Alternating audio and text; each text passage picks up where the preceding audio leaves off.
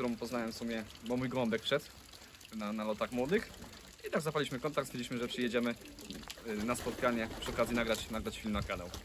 Nieprzestrzeganie regulaminów, zwłaszcza tych punktów, które w moim ocenie są najważniejsze, wtedy w tym momencie, kiedy chodzi o dobro gołębi, tak? Dostaję słowa otuchy, że owszem, ja mam rację, ale po co to zmieniać, będzie tylko gorzej, że będę opowiadała o tym głośno, aż zarząd zrobi z tym porządek.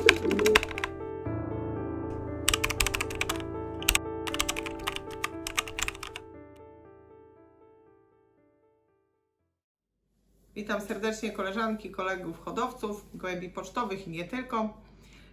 Zapraszam Was na film, w którym główną bohaterką będzie hodowczyni gołębi pocztowych Jolanta Geisler, oddział 060, Gdynia, Sopot, Chwaszczyno. I teraz powiem tak, materiał jest fajny, ciekawy, no bo niewiele jest kobiet, które lotują gołąbkami. Jola gołąbkami lotuje, przez gołąbki się poznaliśmy poniekąd, ponieważ do młodego, do Arturowi zginął gołąbek na locie, wszedł do Joli i tak się znajomość zaczęła i tak stwierdziłam, że no, na kanale filmiku z panią hodowczynią to jeszcze nie mam, a chciałabym mieć. Więc z południa od Mireczka i Marysi serdecznie pozdrawiamy. Pojechaliśmy na północ do Kielna, tam Jola ma swój gołębnik, pokazała nam swoje gołąbniki, swój gołębnik, opowiedziała o swojej hodowli, o praktycznie swojej miłości do pierzastych pupili. I powiem tak, obejrzyjcie, spójrzcie jaka zasadnicza jest różnica, jak kobieta podchodzi do gołębi, jak o nich się wysławia, jak o nich mówi, ile ona tam oddaje miłości tym gołąbkom, to widać fantastyczne po prostu doznanie, bo znam wielu hodowców, facetów, mężczyzn i z nimi rozmawia się inaczej. Jola podchodzi kobiecą ręką i zachęcam Was do tego, podlinkujemy Wam adres mailowy do Joli, żebyście mogli do niej pisać maile z poradami, bo Jola lotuje bodajże 3. rok, bo gołąbki ma od 5 lat, więc jest jeszcze młodym, niedoświadczonym hodowcą. Dzielcie się poradami, piszcie swoje opinie i zapraszam serdecznie. Zobaczcie, jak wygląda gołębnik w kobiecym wydaniu. Pozdrawiam, dobry lot. Witamy kolegów hodowców, koleżanki hodowczynie. Znajdujemy się w miejscowości Kielno, u koleżanki Joli z oddziału 060, Gdynia, Sopot, Chwaszczyno. Tak, przyjechaliśmy z wizytą do koleżanki, którą poznałem w sumie, bo mój gołąbek wszedł na lotach młodych. I tak zapaliśmy kontakt, stwierdziliśmy, że przyjedziemy na spotkanie, przy okazji nagrać film na kanał. To może zaczniemy od takiego podstawowego pytania. Ile gołąbków zostało po sezonie dorosłych i młodych? Dorosłych i młodych. Młodych Tak. zostało około 30, a dorosłych około 50. W gołębniku znajdują się jeszcze gołębie, które nie są na loty, które są po przejściach różnych, które no, niektóre są moje ulubione, tak? Niektóre są też obce, których właściciele nie chcą odebrać albo nie mogą znaleźć właścicieli. Także nie jest to gołębnik bardzo profesjonalny, nie jestem profesjonalnym hodowcą, jeśli mogę tak powiedzieć. Kocham gołębie, kocham koło nich, kocham się nimi opiekować, wszystko przy nich robić. Mam wrażenie też, że traktuję je jak moje dzieciaczki. Też chętnie wracają, bo jaki był stan gołębi dorosłych przed lotami? Przed lotami do lotów dałam, zdaje się, 62 czy 63 sztuki na loty dałam. Czyli też niewielkie straty. To znaczy ten rok był wyjątkową straty jak dla mnie, bo zazwyczaj większość gołębi do mnie wraca. No tak porównywalnie do innych hodowców, czy nawet do nas, to mieliśmy tych strat dużo więcej, więc tutaj Tak, to straty miałam niezbyt duże, tak. większy ciąg mają do tych gołębników jednak, gdzie się bardziej opiekuję. No dobrze, to może Zajrzyjmy do gołębnika, po prostu, może tak. co się tam...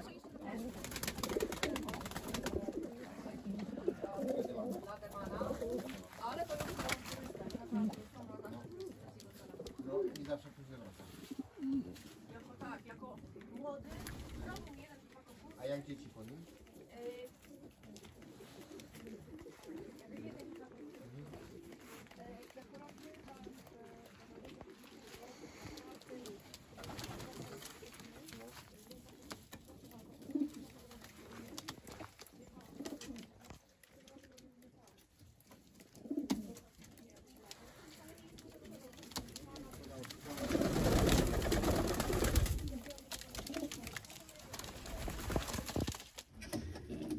Znajdujemy się w przedziale samiczek.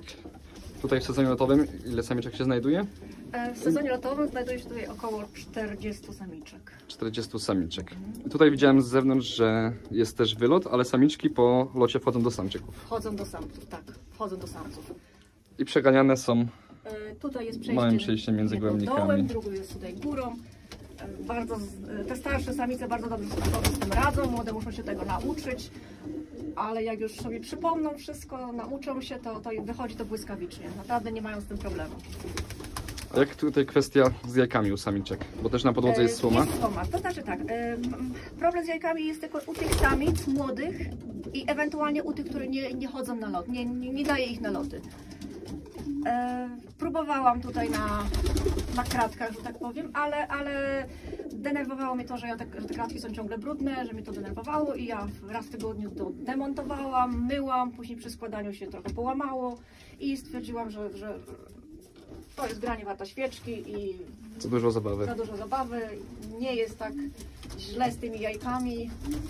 Poza tym, jeżeli mam jakiś dylemat, czy samiczka ma jajko, czy nie, to zawsze tam staram się zapytać jakiegoś hodowcy, proszę, czy mógłby mi pomóc wymacać, bo ja nie jestem pewna, tak? Bo raczej przy tatę też proszę o pomoc, żeby mógłbym wymacać, tak? Zwłaszcza przed tymi lotami dłuższymi, trudniejszymi. Rozumiem. A samiczki między sobą się parują, czy nie ma z tym problemu? Niektóre się parują, zwłaszcza te młodsze, tak? Te młodsze tylko. Ale myślę, że panuję nad tym. Planuję dobudować drugą wolierę, żeby jak będzie ciepło, żeby jedne przebywały na jednej, drugie na drugiej, żeby nie miały ze sobą takiego kontaktu, tak? Myślę, że sobie poradzę z tym problemem, ale nie jest to taki nagminny problem. Gdzie sobie z tym poradzić? A to jakoś sama ingerujesz, żeby oduczyły się tego, czy z wiekiem to przechodzi? Z wiekiem samiczką. Z wiekiem przechodzi. Na początku próbowałam zabierać jajka, tak? Ale one bardzo szybko składały następne, więc przynajmniej te 2 tygodnie daję im na tych jajkach posiedzieć. Mówię, jeżeli to są samice, które akurat nie są na loty, bo ja nie ukrywam, że też młodsze samiczki, no co niektóre nie dawałam na spis, więc nie było to wtedy problemem. Ale ogólnie nie ma aż takiego kłopotu, jak myślałam, że będzie. Rozumiem. Czyli tutaj generalnie u siebie siedzą, tak? Na jajkach samiczki? Tak. W rogach z reguły pewnie. Tak, ale to są, mówię, no, pojedyncze sztuki, więc... Jak wyglądają u Ciebie obloty? Samiczek, samców, czy równo latają, czy... Najpierw wypuszczam samicę, właśnie z tego przedziału. Samce są wtedy zamknięte, żeby nie widziały samic. Po oblotach, znaczy w międzyczasie, kiedy samiczki już latają, samce przeprowadzam tutaj właśnie do przedziału samic. I dopiero wtedy, kiedy przeprowadzę, pozamykam, wtedy mogę już po oblocie otworzyć wloty i samiczki wchodzą do poszczególnych przedziałów, do samców, w zależności gdzie mają swoje cele. Jedne po jednej stronie, drugie po drugiej. Wtedy wypuszczam samce. Tutaj są dwa gołębniki samców, tak? Z lewej i z prawej strony. Dokładnie. A wszystkie samiczki mam tutaj u siebie, stoję po środku. Ale samczyki latają z 2 gołębników jednocześnie, tak? Tak, tak. I przy samiczkach wtedy samczyki wszystkie znajdują się tutaj u samic, tak? Zgadza się. To wtedy tu jest lekki kocioł przy samcach. Ale nie jest aż tak źle, mówię. One, jak sama z nimi, to naprawdę tutaj nie ma takiego dużego problemu.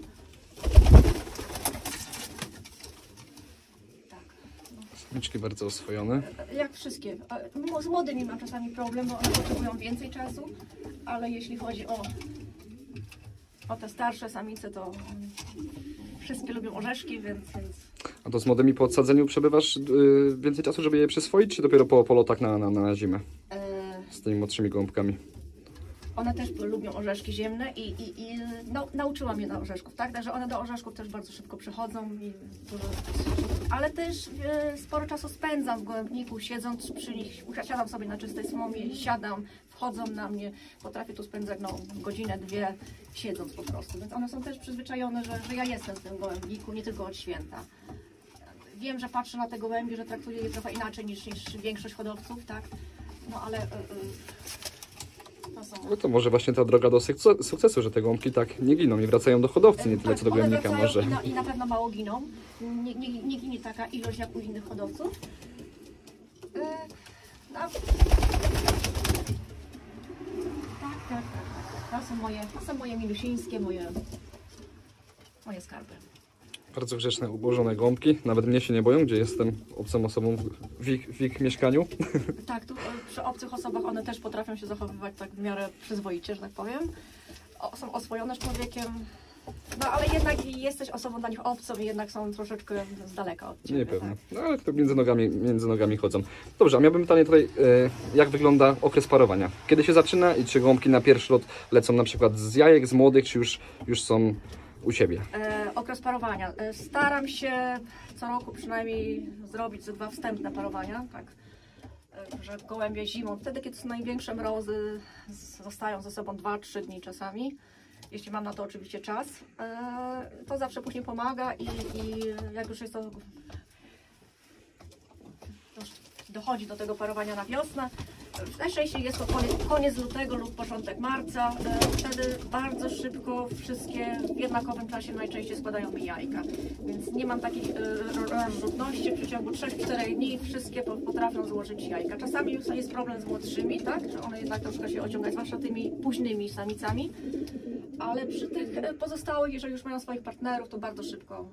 Czyli partnerzy dostaną na drugi rok te same, tych samych dostają. Niekoniecznie. Część gołębi poginęła, część chce zmienić partnerów i tu będę musiała troszkę nad tym popracować. Czyli poprzyzwyczajać do siebie, posiedzieć przy nich, no, ponamawiać, tak troszeczkę Swatać. poswatać. Najpierw oczywiście wtedy wchodzą gołębie, które zostają, tak, zamykam je w celach. Później samce, które zostały bez samic, próbuję dołączyć samicę. Rozumiem. Czyli generalnie jak jest więcej samców czy samic? Więcej samic mam. Więcej samic z reguły. Czyli to 2 samiczki mają jednego samca jakby, tak? Niekoniecznie. Zdarzyło się, że jeden samiec miał 3 samiczki, później się obraził na nie wszystkie i zmienił w ogóle cele i wybrał sobie jeszcze kolejną, ale mam takie samiczki, które są z jednym samcem. Jak wtedy u nich działa? Bardzo dobrze. Jeżeli tylko samice się między sobą dogadują, to działa to bardzo dobrze. Dla Ale- mnie jest to lepiej, bo zawsze jednego gołębia mogę zostawić w domu i czy samiczka wróci, to jednak ma u siebie, no bo to niejako tak to wtedy jest trójką, tak? Mhm. Czy samiec jak zostaje, to któraś samiczka zawsze szybciej wróci. A czy widać rywalizację między tymi samiczkami na przykład? Nie. Nie ma. Nie. Ale przy lotach na przykład?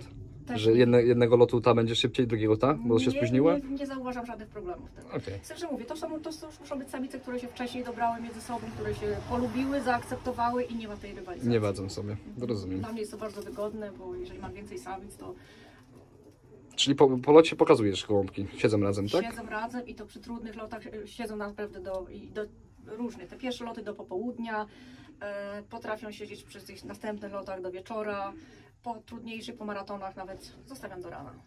Czyli nie ma czegoś takiego, że pół godziny i do siebie. Nie, już na początku, na początku próbowałam, to było bardzo szybko, tak? A w tej chwili już nauczyłam się, zobaczyłam, że lepsze efekty są, jeżeli gołębie są więcej razem, dłużej. Czyli wnioski już wyciągane na Tak, bieżąco. wyciągam wnioski. Bo dużo na przykład hodowców tam pokazuje tylko na chwilę gołąbki przy tych krótkich lotach, tam pół godziny, 15 minut i zabierają na przykład, nie? Nie, zostawiam je na kilka godzin przynajmniej, tak? Nawet po tych pierwszych lotach.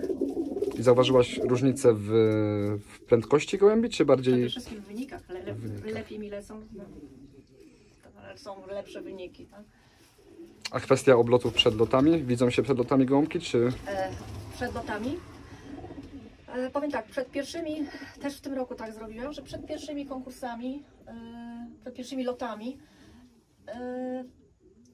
jeszcze wywoziłam na treningi, jeżeli chodzi o dorosłe gołębie, Tak, wywoziłam dorosłe. na treningi, tak, raz, 2 razy w tygodniu, później już tylko raz, a później poprzestałam już tylko na oblotach przy gołębniku, ale przed maratonami potrafiłam wywieźć tylko na 5-10 km, aby odbyły ze sobą krótki lot, poprzebywały ze sobą chwilę. Ale aby się tak nie spaliły samczyki zwłaszcza, tak? Nie nakręciły się za została, bardzo. żeby ta Tak, energia tak. została. I to wtedy który dzień? No w środę albo w środę najczęściej zrobiłam, najczęściej. tak żeby w czwartek jeszcze odpoczęły, Czyli czwartek już osobno były? już osobno. Już osobno. Robiłam też również krótkie obloty przy gołębniku wspólne. Najpierw wypuszczałam samiczki. Samiczki weszły do samców, samce w tym momencie były już u samic, polatały samce, wykonały swój trening i wtedy jeszcze raz wypuszczałam samiczki i wtedy przez godzinę na dachu mogły robić ze sobą co chcą, nacieszyć się sobą, ale tego nie robiłam przed maratonami, tak? Przed 500, tak? Przed 300, ale przed maratonami nie. I to Ale też teraz już tylko wywózki, tak? Jeśli takie wspólne jakby loty, żeby miały przed... to już tylko różnie, tak? W zależności od tego, jak mi się gołębie zachowują, jaki to ma być lot. Troszeczkę patrzę też na to. A co masz na myśli z kwestią, jak się zachowują? Bo Na co zwracasz uwagę? O. Czasami potrzebują większej motywacji, tak? Czasami widzę, że też po wynikach patrzę, czy przyleciał troszkę słabiej, czy mają teraz gorsze wyniki, czy równie dobre jak na początku. I w zależności od tego dopasowuję sposób motywacji. To rozumiem. A poszczególne gołębie jakoś motywujesz, czy z reguły wszystkie naraz jednakowo? Czy masz jakieś sposoby na taką dedykowaną motywację dla jednego, dwóch gołębi? Nie, na razie stosuję. Na razie, ale kto wie, czy nie wypróbuję czegoś dla pojedynczych gołębi również czegoś takiego. Na razie stosuję jednakową metodę, motywację dla wszystkich gołębi. To rozumiem. Jeszcze pokażemy samiczki dookoła. Też mają wolierkę. Tak, mają wolierkę. W tej chwili już się ciemno zrobiło W, na zewnątrz. w momencie, kiedy na przykład samce latają, ta wolierka jest tu jakoś Tak, jest zasłonięta? zamknięta, nie widzą się. Ale w sensie jakaś zasłona jest, tak? Na wolierkę? Tak, na wolierkę albo nawet tutaj w środku. W ten sposób. Nie widzą się, słyszeć na pewno się słyszą, ale Nie próbują się dobijać do siebie. nie. No, czyli jest spokój. Spokojnie mogą treningi odbywać. Zgadza się. Przepraszam, wykluł u mnie, która samiczka, tak? Nazywam ją Kanaczek. Ma w tej chwili 5 lat skończone. Dla niej właśnie był budowany ten gołębnik. To była jako pierwsza, która w ogóle u mnie tutaj, Czyli od niej się wszystko tak, zaczęło. od niej się wszystko zaczęło. To jest mój Kanaczek. A uczestniczy też w lotach? Już w tej chwili nie, ponieważ nie chcę jej stracić, bardzo ją lubię. Co miała, to pokazała i zdobyła również parę ładnych konkursów. Ale była bardzo oszczędzana. Nie ukrywam, że ja ją bardzo oszczędzałam. Ona ma oczywiście starszą obrączkę sprzed wielu lat, bo to tata mi dał taką obrączkę, stwierdził, że innych nie ma. No tata nie wiedział, że aż tak bardzo będzie mi to pasjonować. Czy w tym kierunku to pójdzie? Pójdzie, tak.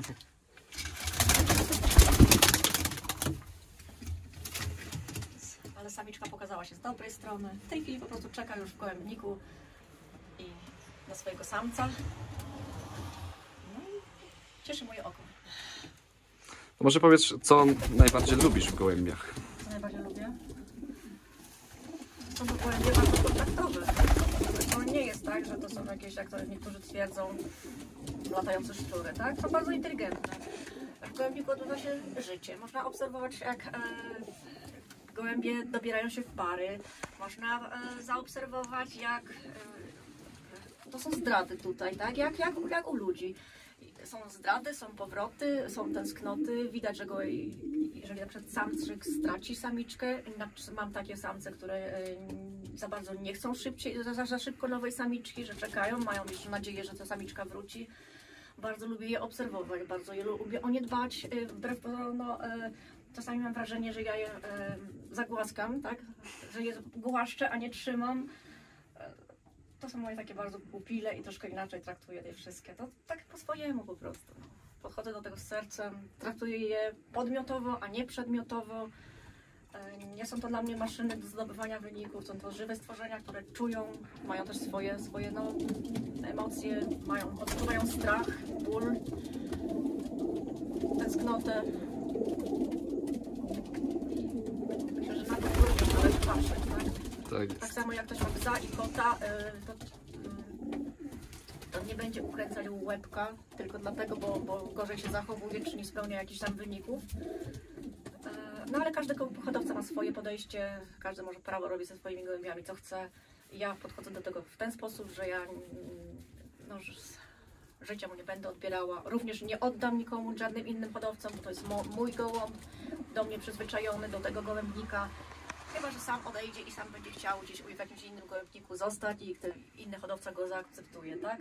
Ja nie wyobrażam sobie, że mogłabym jakiegoś gołębia swojego oddać tak po prostu. One mają dożywocie u mnie. Rozumiem. Też rozmawialiśmy, że po każdego gołąbka, nieważne jaki to był gołąb, gdzie by był, po każdego gołąbka jeździsz. Tak, ja gdzieś staram się wejdzie. jeździć po każdego mojego gołębia, nawet kilkaset kilometrów w jedną stronę. Jeżeli nie ma upałów, to zdarzało się, że inni hodowcy odsyłali do mnie gołębie również pocztą, tak? Ale to jak nie ma upałów. Ale najczęściej jeżdżę po nie. Najczęściej jeżdżę. Ja nie mam problemu z jazdą samochodem, lubię jeździć samochodem, lubię robić sobie wycieczki. No i jestem za nie odpowiedzialna. Nie chcę, żeby były obciążeniem dla innego hodowcy. Jeżeli ktoś dzwoni, że jest taki gołąb, to organizuję mu tą drogę powrotną. Czasami dostaję oczywiście przy okazji jakiegoś gołębia w prezencie młodego. Hodowla się rozwija. Nie Hodowla trzeba się gołąbków rozwija, kupować. Średnio w roku ile takich wyjazdów potrafi być? Średnio w roku? Około 5. Około 5. Ale niektóre są tu naprawdę w pobliżu, tak? Kilkadziesiąt kilometrów. Że niewiele dosłownie brakło. Tak, zawsze tam jakaś przyczyna musiała tego być. A takich dłuższych, no to też zdarzało się, że gdzieś tam musiałam jechać troszkę dalej po te gołębie. Ale sprowadzam je do domu i co niektóre gołębie no, podpłacają mi się później dobrymi wynikami. Później niektóre oczywiście zginą, a niektóre mimo wszystko lecą bardzo dobrze.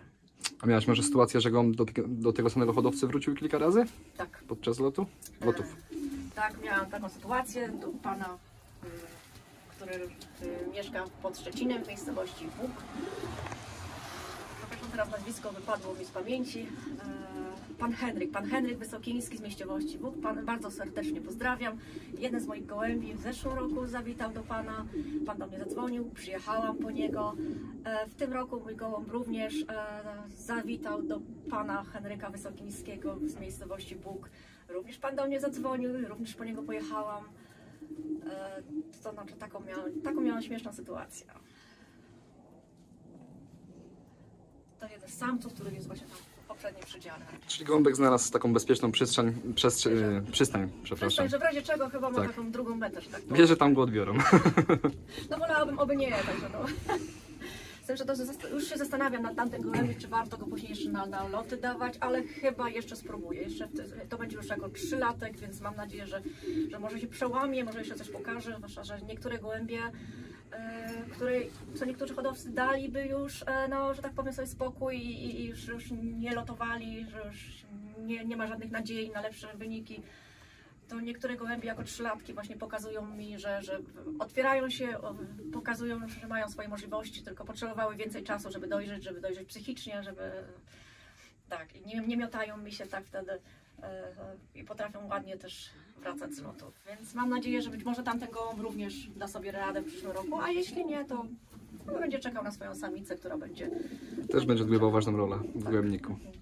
A na razie on ma swoją samiczkę, która czeka na niego i no, będziemy jeszcze próbować. Tu są samczyki, tak? To są samce. W tej chwili już jest kilka starszych, młodszych, znaczy tegorocznych samców, przeniesionych, że tak powiem. Jest ich za dużo, uważam, ale każdy ma swoją celę. Jest około 9-10 cel wolnych. To są moje ulubione gołębie. Nie każdy jest z ręki. To jest gołąb, którego dostałam od razu na początku od kolegi Piotra Bujalskiego z sąsiedniego oddziału. Sam gołąbek, nazywam go prezesikiem, tak? Połowy prezesik. To jest Krzysiu, tu nazywam tego gołębia Krzysiem. Krzysiu jest po ciężkim wypadku z 5 lat temu. Uderzył w szybę, uciekając przed jastrzębiem. Miał wielką dziurę, załamane skrzydło, ale pełni swoją funkcję w gołębniku. Tutaj mam też starsze gołębie, 5-6-letnie. Troszeczkę się boją, bo widzą, że No ktoś tak, obcy obca jest w osoba gołębie. jest, to wiadomo, to naturalny objaw, ale muszę wam pokazać, jakie piękne ma numeracje Jola Powinna mnie to na przeczyścić, celach. one troszeczkę się Bardzo fajnie. poodklejały. Bardzo fajnie rozwiązane, bardzo mi się podoba. Widać kobiecą rękę od razu. Chodź kochanie, chodź. To największe bolączki, jakie są, Jola, w twojej hodowli? Moje bolączki. Poza tym, że mam za mały gołębnik na taką ilość gołębi, jaką w sumie mam. Największą bolączką jest chyba brak odpowiedniej komunikacji z zarządem oddziału, nieprzestrzeganie regulaminów, zwłaszcza tych punktów, które w moim ocenie są najważniejsze w tym momencie, kiedy chodzi o dobro gołębi, tak? O przestrzeganie, zwłaszcza na długich dystansach, odpowiedniej ilości gołębi w koszach, aby każdy gołąb miał zapewnioną taką przestrzeń, jaka jest ustalona w regulaminie. W naszej sekcji no zdarza się częściej albo rzadziej, ale zdarza się, że nie jest to przestrzegane z różnych względów, pewnie myślę, że ze względów różnych oszczędnościowych, tak? Aby zaoszczędzić na finansach. Ja się z tym nie zgadzam i bardzo ostro protestuję. Niestety nie mam wsparcia, jeśli chodzi o innych hodowców, z różnych również powodów. Hodowcy nie chcą mnie wspierać, udają, że wszystko jest w porządku lub tylko za plecami dostaję słowa otuchy, że owszem, ja mam rację, ale po co to zmieniać, będzie tylko gorzej, że nasz, że tak powiem,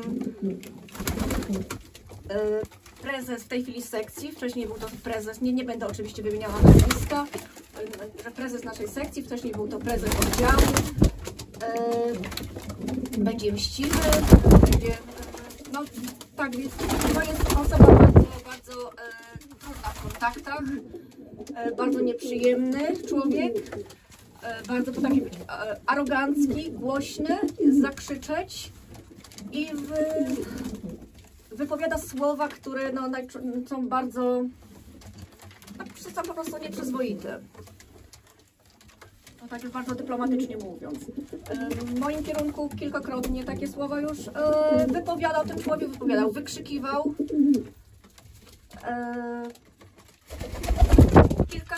Dwukrotnie, i w zeszłym roku i w tym roku pisałam skargi do okręgu ze względu na przepełnienie gołębi w koszach. W zeszłym roku dostałam odpowiedź, iż kontrolowali to i nie zauważyli żadnych nieprawidłowości. Że nie zostali chyba przesłuchani hodowcy, chociaż nawet nie wiem, jakby hodowcy zeznawali. Może by się nie odważyli powiedzieć prawdę. W tym roku również napisałam pismo do zarządu okręgu.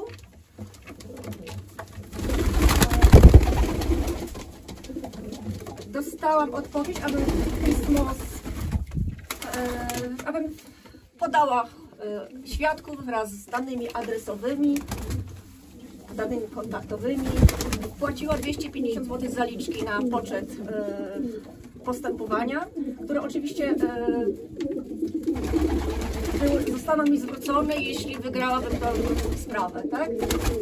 Hodowcy jednak nie chcą, mimo że miałam świadków, hodowcy nie chcą zeznawać, nie chcą się wypowiadać, nie chcą, że tak powiem, podpadnąć, mieć złych relacji z zarządem, może nie z zarządem, ale z prezesem naszej sekcji. I jedyna możliwość w tym momencie jest dla mnie powiedzieć to publicznie. Mogę jeszcze raz powtórzyć, że lotuję w sekcji Chwaszczyno, oddział Gdynia, Sopot, Chwaszczyno 060. Każdy może sobie sprawdzić, kto jest prezesem naszej sekcji. I będę naprawdę interweniowała, będę opowiadała o tym głośno, aż zarząd czy okręgu, czy zarząd nawet główny, tak, zrobi z tym porządek. Czego mam Tobie życzyć w dalszej hodowli? Zdrowych gołębi. Tak. A przy okazji chciałam pozdrowić doktora Koralskiego, który sprawuje pieczę nad zdrowiem moich gołębi. Bardzo jemu dziękuję i pozdrawiam. Serdecznie pozdrawiamy również doktora Koralewskiego, który pomaga Jolancie w utrzymaniu w dobrej kondycji i zdrowiu, tak jak widzicie, gołąbków.